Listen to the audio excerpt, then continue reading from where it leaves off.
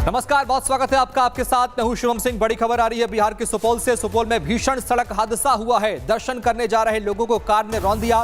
ये बड़ी जानकारी सामने आ रही है। हादसे में 5 लोगों की मौत की जानकारी सामने आ रही है, जबकि एक व्यक्ति घायल हो गया है।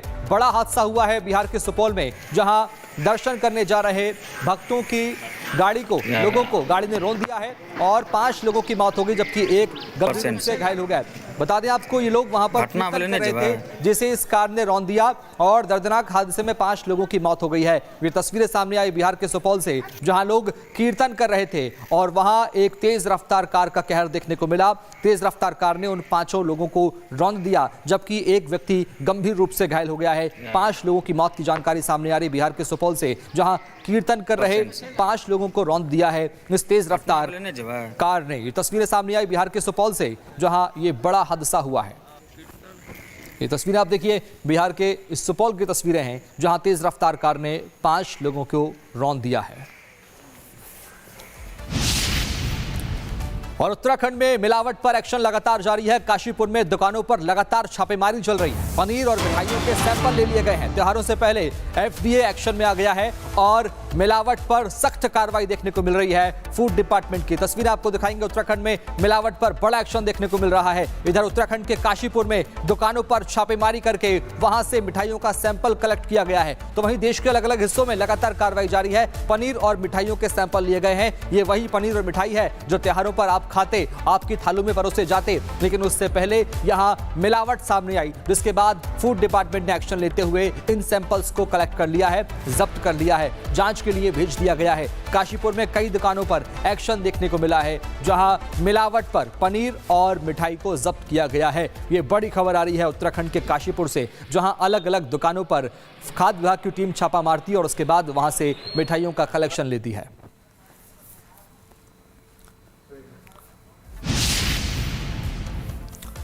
और यूपी से लेकर महाराष्ट्र तक मिलावटखोरों पर एक्शन चल रहा है। मुंबई के फेमस आयुब होटल पर फूड सेफ्टी विभाग ने बड़ा एक्शन लिया है। वहीं यूपी के रायबरेली और कासगंज में भी यह कार्रवाई देखने को मिली है। त्योहारों से पहले एफडीए का एक्शन देश के अलग अलग राज्यों में, अलग अलग शहरों में देखने को मिल रहा है। देखिए,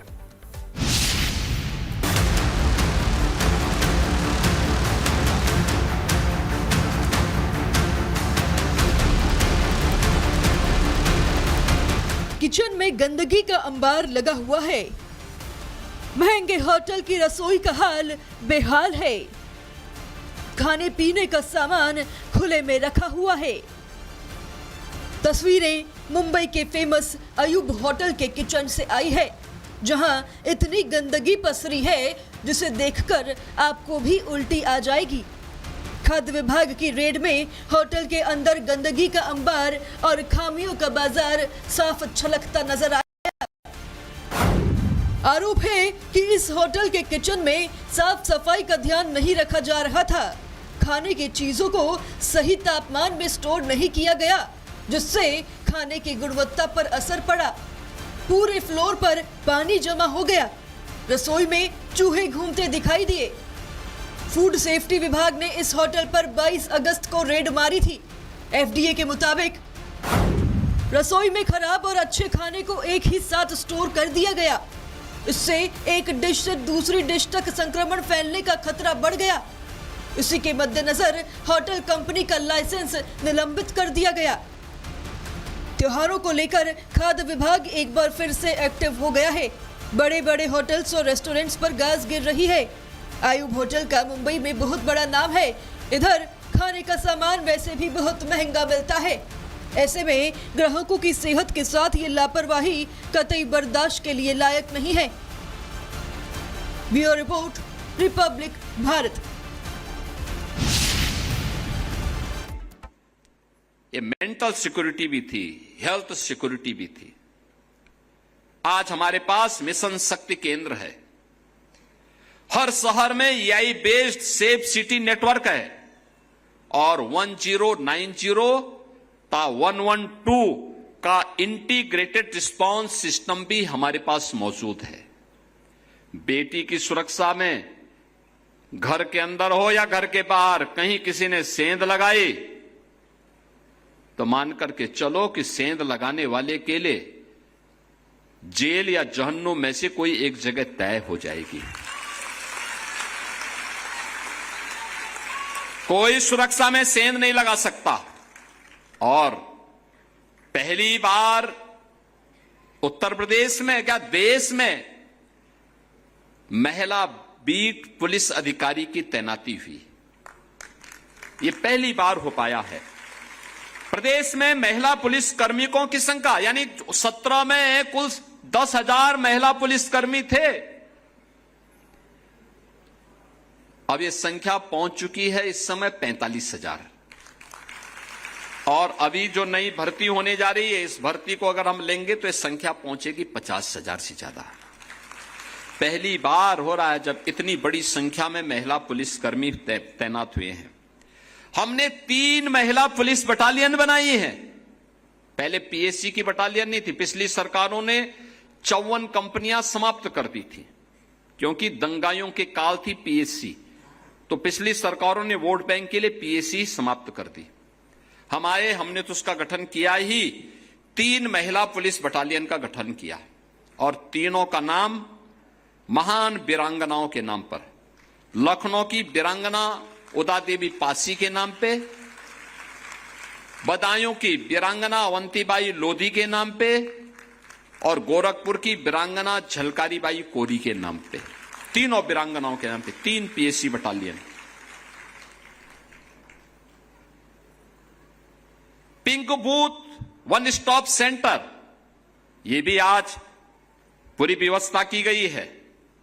आज शिकायत दर्ज होने के बाद उसकी ट्रैकिंग, उसकी टाइमलाइन और जवाबदेही की व्यवस्था है। पहले बेटी की सुरक्षा किस्मत पर निर्भर थी, आज वह सिस्टम, डेटा और टेक्नोलॉजी पर निर्भर है। हमारा लक्ष्य सिर्फ केवल यह नहीं है कि बेटी घर पहुंचने के बाद सुरक्षित रहे, बल्कि हमारा लक्ष्य है बेटी घर से निकले, कार्य करे, कारोबार करे और रात में भी अपने अधिकार के साथ सुरक्षित घर लौट सके। ये सरकार गारंटी दे रही है और इसीलिए महिलाओं को आवश्यक सुरक्षा प्रावधानों के साथ नाइट शिफ्ट में काम करने का अवसर देने के लिए भी हम लोगों ने नीतिगत बदलाव किया है। आज उत्तर प्रदेश में बेटियां नाइट शिफ्ट में भी बिना भय के कार्य कर रही हैं। और मुझे बताते हुए प्रसन्नता है, 17 के पहले जो बेटियां केवल 12% महिलाएं केवल काम कर पाती थीं, स्वावलंबी थीं, आज उनकी संख्या बढ़कर के 36% से ज्यादा हो गई है। सम्मान तब आता है जब महिला के घर में शौचालय हो, रसोई में धुआं मुक्त ईंधन हो, घर में बिजली हो, नल में जल हो और उसके खाते में सीधे पैसा पहुंचे और विपत्ति के समय सरकार उसके साथ खड़ी हो। स्वच्छ भारत में केवल स्वच्छता का अभियान नहीं था, बल्कि हमारी माताओं, बहनों और बेटियों की गरिमा और उनके स्वावलंबन का भी एक आधार बनी थी। हर घर शौचालय। उज्ज्वला ने केवल महिलाओं को धुएं से राहत नहीं दी, बल्कि उज्ज्वला योजना तमाम प्रकार की उन बीमारियों से जिनमें फेफड़े खराब होते थे, उनसे मुक्ति दी। पक्के घरों ने परिवारों को सुरक्षा दी। जल जीवन मिशन ने घर के पास पानी पहुंचे, इसमें समय और श्रम दोनों की दिशा में एक बड़ा बदलाव किया है। और डीबीटी ने बिचौलियों को हटाकर सीधे लाभार्थी के खाते में पैसा देना प्रारंभ किया, सीधे उनके खाते में पैसा देना प्रारंभ किया। हमने महिला को जीवन के अलग अलग पड़ावों को भी पॉलिसी सपोर्ट से जोड़ा है। आज हम लोग बेटी के जन्म लेते ही मुख्यमंत्री कन्या सुमंगला योजना के साथ उस परिवार को जोड़ते हैं। बेटी जन्म लेगी उसके नाम पे पैसा जाएगा। 1 वर्ष की होगी तो बेटी सभी प्रकार से टीकाओं से आच्छादित है, तो बेटी के नाम पर जैसे ही सभी प्रकार के टीकाओं से आच्छादित हुआ पैसा चला जाएगा। बेटी 5 वर्ष की हुई, पहली क्लास में प्रवेश हुआ तो बेटी के नाम पे फिर पैसा जाएगा। बेटी सिर्फ बस पकड़ने से नहीं, सपना देखने से डरती थी।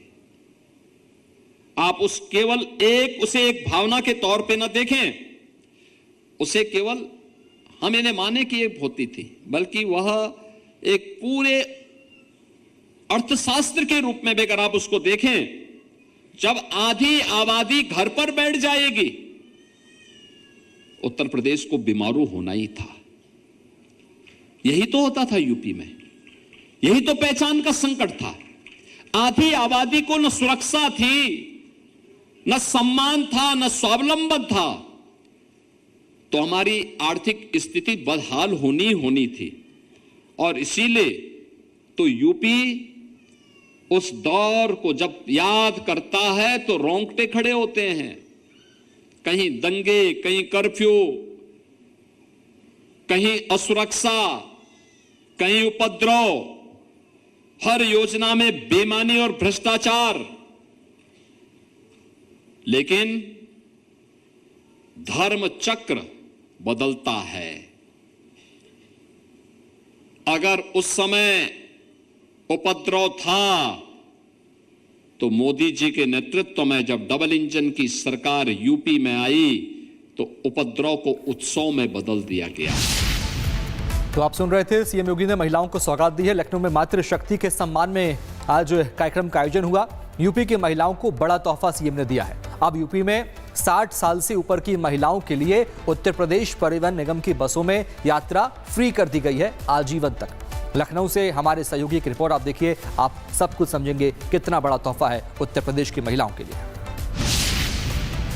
यूपी में रक्षाबंधन से पहले महिलाओं के सम्मान में मातृशक्ति सम्मान कार्यक्रम का आयोजन किया गया है और इस कड़ी में 60 साल से ऊपर की महिलाओं को बस यात्रा हमेशा के लिए फ्री कर दी गई है। इसी कड़ी में यहाँ पर एक बड़ा कार्यक्रम है। मैडम, क्या नाम है आपका? मिथिलेश सिन्हा। ये जो तोहफा दिया गया है मुख्यमंत्री की तरफ से, कैसे देखती हैं इसे, क्या कहेंगे इसके बारे में? अच्छा दिया गया है। गर्मी का मौसम में आप 28 को यही देंगे तो अच्छा दिया गया है तोहफा। लाभ मिलेगा इससे महिलाओं को? जी, इससे महिलाएं अपने मैके यदि कहीं जाना चाहती है तो वहाँ जा सकेंगी और रक्षाबंधन के अवसर पर तो जा ही सकती हैं अपने यहाँ। ये अगर आप देखें तो बहुत सारी महिलाएं यहाँ पर हैं। क्या नाम है मैडम आपका? कुसुम श्रीवास्तव। कुसुम जी, 60 साल से ऊपर की महिलाओं को तोहफा, तो अगर आप तस्वीरें देखें तो देख सकते हैं कि पूरा हॉल जो है भरा हुआ है और इसी की कड़ी में अगर आप देखें तो बड़ी संख्या में महिलाएं भी यहाँ पर मौजूद हैं। 60 साल से ऊपर की महिलाओं को तोहफा दिया गया, कैसे देखती हैं आप? बहुत अच्छा दिया जा रहा है, क्या लिया जा रहा है। जी। तो अगर आप तस्वीरें देखें तो देख सकते हैं कि यहाँ पर तमाम जो गणमान्य लोग हैं वो मौजूद हैं, तमाम जो विधायक और साथ ही साथ दूसरे पदों के अधिकारी हैं वो भी यहाँ पर मौजूद हैं और इसी कड़ी में अगर आप देखें तो एक के बाद एक तोहफा चुनाव से पहले ये दिया गया है। मैडम, क्या नाम है आपका? मेरा नाम रीता है। 60 साल से ऊपर की महिलाओं की बस यात्रा फ्री कर दी गई है, कैसे देखती हैं? और दर्शकों, देश के गृह मंत्री अमित शाह ने लक्ष्य बनाया था कि मार्च 2026 तक पूरे देश से नक्सलवाद का हम सफाया कर देंगे। सरकार ने ऐसा करके भी दिखाया है। मामला छत्तीसगढ़ का है। यहां के सुकमा में नक्सली डंप से भारी मात्रा में हथियारों की बरामदगी दर्ज हुई है। यानी नक्सल के खिलाफ प्रशासन की, सुरक्षा बलों की एक बड़ी कामयाबी है, बड़ी सफलता है। देखिए रिपोर्ट।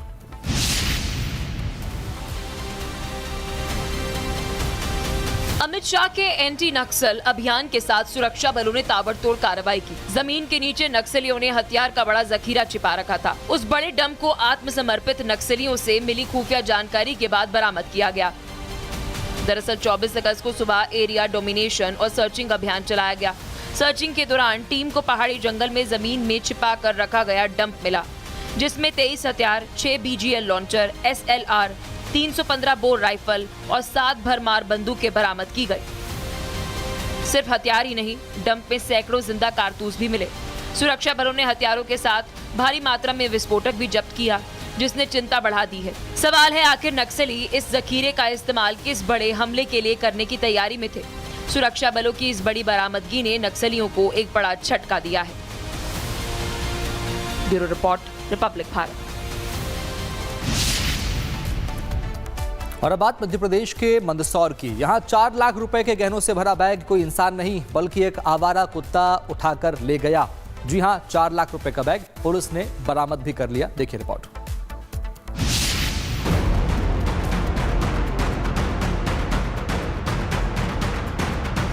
मंदसौर के अस्पताल से हैरान कर देने वाला चोरी का मामला सामने आया है। यहां एक कुत्ता करीब 4 लाख रुपए के गहनों से भरा बैग लेकर फरार हो गया। पुलिस ने सीसीटीवी की मदद से आरोपी का पीछा किया और आखिरकार बैग भी बरामद कर लिया। दरअसल एक मां अपने बेटे का इलाज कराने जिला अस्पताल पहुंची थी। घर पर गहने रखना सुरक्षित नहीं लगा तो सुरक्षा के लिहाज से गहनों से भरा बैग भी अपने साथ अस्पताल ले आई।